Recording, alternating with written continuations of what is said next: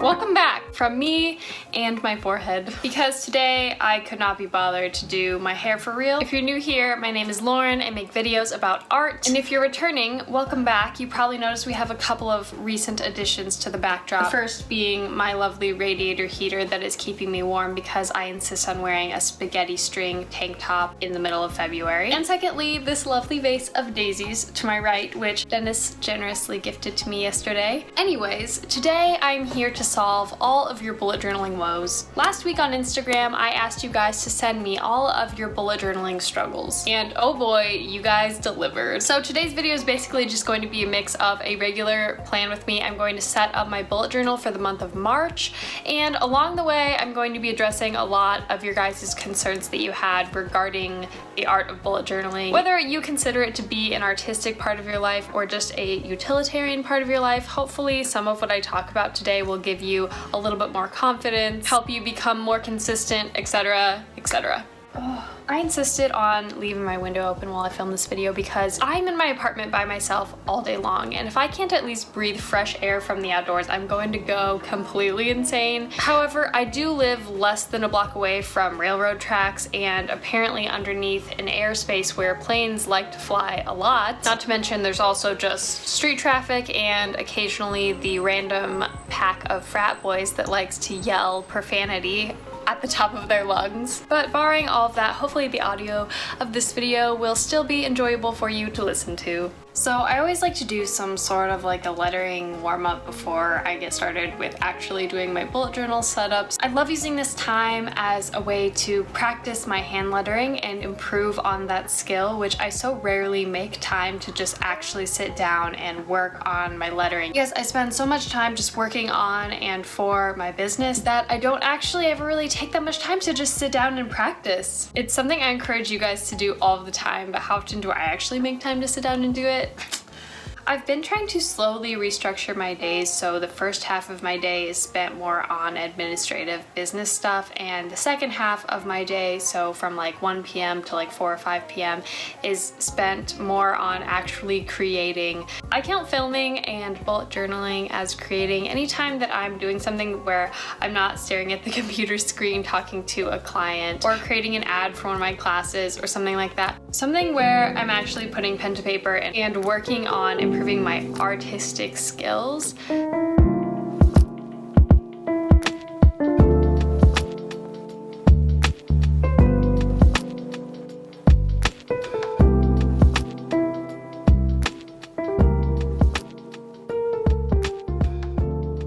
So now that we've finished both sides of the cover page, I want to dive into the first struggle that one of you guys shared with me on your Instagram. So someone says, taking too much time to figure out what I want to put in a spread, and another one of you guys said being motivated to get the calendar spread done. I definitely relate to both of these things. I will spend hours and hours and hours poring over different photos and trying to figure out what do I actually want to have in my bullet journal. And what really helps me narrow down what I want out of a spread is to think back to the whole reason that I started bullet journaling in the first place. What purpose and what benefits do I want my bullet journal to have in my life? So at this point in my life, I don't really feel like my bullet journal is much of a tracking mechanism so much as it is something I reach for in the morning before I start my day, and something to help sort of keep lists and keep me organized for different projects that I have going on, different tasks that I want to get done, people I want to reach out to. So when I think about my monthly spread, which can be sometimes just a spread you make out of habit,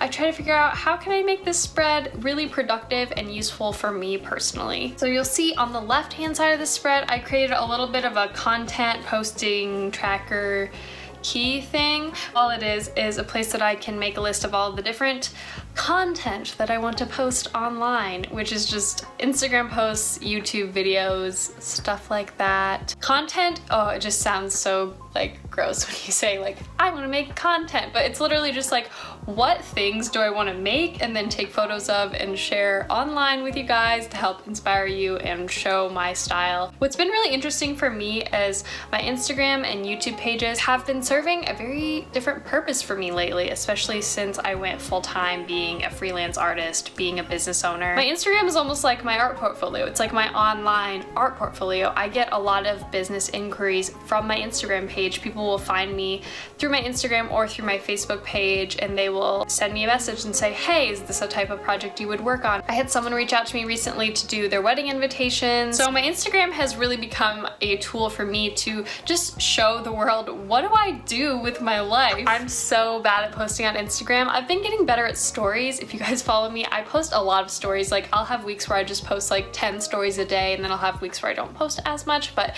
actually posting something, like the actual post that goes on the feed, not like a story, I'm very bad at that because I have such a high bar set for what is an acceptable Instagram post for me. So next we move along to my daily spreads, which have sort of become the cornerstone of my entire bullet journal. I really haven't been using weekly spreads as much. I really like having the entire page set out just for one day. And I also really don't like to add in a lot of different boundaries and graphical elements that sort of restrict my flow. I like using these pages for really long lists, but I still like them to look really nice, and I again use it as a place to practice my calligraphy, specifically my flourishing. I love practicing my flourishing when doing my daily titles.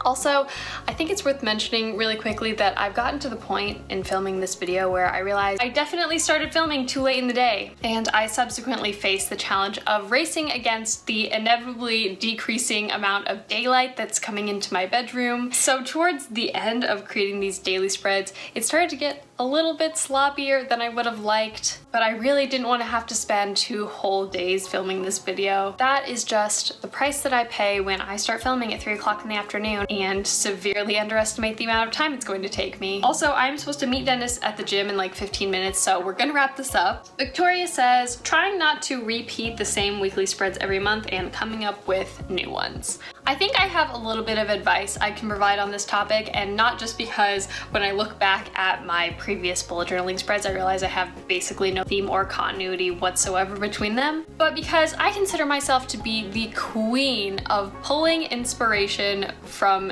different people's artwork. Actually, I have a book that I want to show you guys.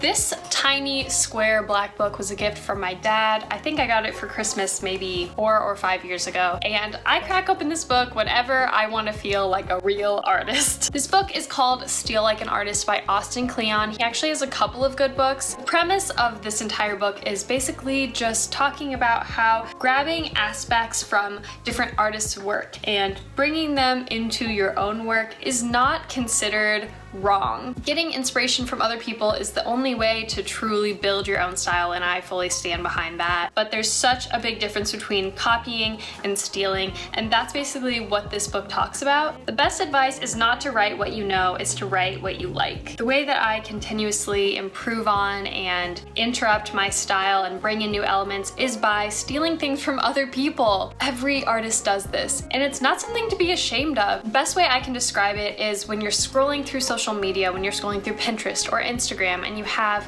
a feed full of beautiful artists' work, instead of looking at them and doing one of these 2 things, becoming increasingly self-conscious of your own work because it doesn't stand up to theirs, or just flat out copying it, you can look at another person's artwork and pull bits and pieces. What do you like about that artwork? For example, a bullet journal spread. Do you like the color palette that they used? Do you like the font that they used? Do you like how they arranged the elements on the page? You can pick and choose elements from different people's spreads and then combine them together to make your own spread, which is completely unique to you, but it still encompasses all of the features of other people's artwork that you admire. Anyways, would definitely recommend this book for any of you guys who consider yourselves to be artists and you have sort of this weird self-conscious feeling about taking inspiration from other people and not feeling like your work really stands up. If you guys have any lingering questions about bullet journaling that you want me to answer, just leave them down in the comment section below. I read all of your guys' comments, and you have been so positive lately. You guys bring such positivity into my life whenever I read my comments. Like, very rarely do I go through my comments and see someone being negative, so I so appreciate you guys being such a positive force in the YouTube community, in my life personally. Alright, that's it. Have a wonderful day, and I can't wait to see you guys in my next video. Bye!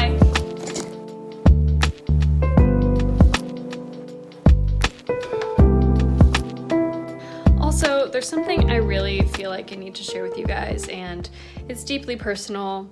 It's gonna take a lot of courage to share it on the internet, but for those of you that watch all the way to the end of my videos, I feel like you deserve to know this. I used a pillowcase as the backdrop of this video, and I'm not ashamed, but it is kind of concerning at this point how long I've let myself go without actually having a real backdrop when I film, but it's just a fun game that I get to play with myself every time I film a new video called What the Heck Am I Gonna Put Behind My Notebook, so that way you can't see my feet through my glass desk. Okay, that's all. I gotta go to the gym now. Bye!